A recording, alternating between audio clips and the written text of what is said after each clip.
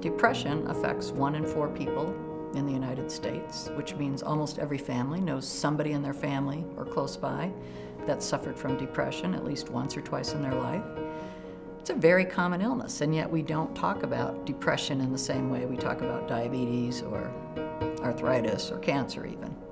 The good news is, in the 40 years that I've been doing this, we have made a lot of progress as a field, but we really haven't done so well in translating what we know could help people into getting help out to people and making it available to people.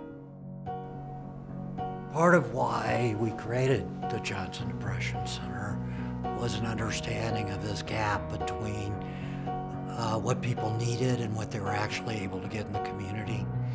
And we really thought about the need for a comprehensive center of excellence and kind of created a model for the Johnson Depression Center that's modeled after the National Network of Cancer Centers. Working in a center of excellence to me is also giving that message to the public that this is something legitimate, this is something we know how to treat, and brings it out in the open and makes it okay to get treatment.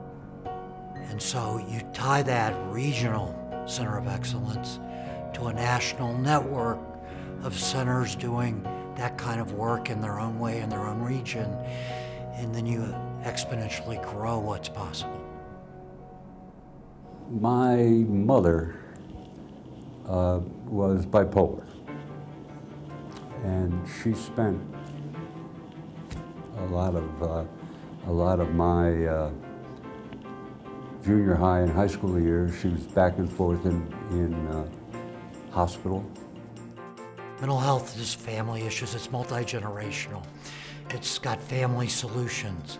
And so where do the families get treatment? We wanted to take a family approach to this, so we actually built out a family services wing as part of our expansion. So as part of the family team, we now have 5 child and adolescent trained psychologists and psychiatrists that work as a team. And we treat children who are identified from the outside and referred to us. We also screen children of adults who are getting treatment here. And we offer what we call family mental health checkups, just for parents or grandparents who are concerned since they've had this illness and they might want to see if it's affecting their child or grandchild. I use family therapy, I use what we call cognitive behavioral therapy, and I use mindfulness and yoga. And then as a psychiatrist, I use medication when medication's needed.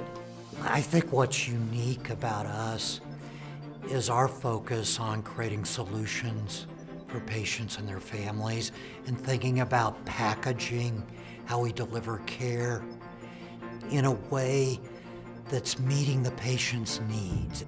Integrated care is one of the ways we're repackaging things, delivering care in primary care settings. Hey Mike, good to see you again. Hi Jennifer, it's good to see you too. Telehealth is a wonderful tool for integrated care services. Really, what the video conferencing adds to integrated care is to be able to virtually embed providers in a primary care setting. So I see that you have Dr. Griffin with you. She's your family practice doctor. You're trying to do really what the Institute of Medicine would call true patient-centered care, right? Bringing the care to the actual patient's environment. Not only does that arguably, obviously increase access, I'd also argue by at least at some of the time by working with the patient in their environment rather than in your clinic environment, you're getting more information and a wider view of the patient, which allows you to better tailor the treatment and increase the quality of care that you're delivering. Giving care where it's not available is really one of the things that we're certainly all about that. We're looking to expand into more of the rural areas in Colorado, more of the mountain towns, a lot of the plains areas where there isn't as much specialty care, and we can provide services via telehealth. And we're currently under contract with a group called the Cohen Veterans Network. It's a national contract. And one of the things we really liked about that was the ability to serve the family, not just the veteran, but really the family. And the families are the ones who have been left out a lot of times. One of the things that we've done is get a collection of people who are really passionate about this work and bring different skills to the work. So it's really multidisciplinary. And I really embrace kind of a team-based approach where there are different people bringing their own perspectives to this. And so it creates a unique culture and a unique atmosphere where it's an exciting place to work. Something that really makes me proud to work here is that the Johnson Depression Center really makes community programs a focus. One of our biggest ones is our suicide prevention training. On average, there are 117 suicides every single day in the U.S. We also do trainings around just kind of introducing what mental health is, resiliency in teens, trauma, along with self-care as well. What's unique about the Johnson Depression Center is that all of these programs are completely free. We understand it's personal, and it's personal for peoples at all levels of socioeconomic status. And if you can connect with how personal it is, there is so much of a desire to engage professionals and the community to make things better, because there are so many people who understand this problem.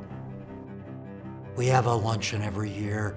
We have 600 people for lunch of community leaders buying tables and who care about this and care about this topic and love being engaged about it. And I actually think that's something that can happen other places too.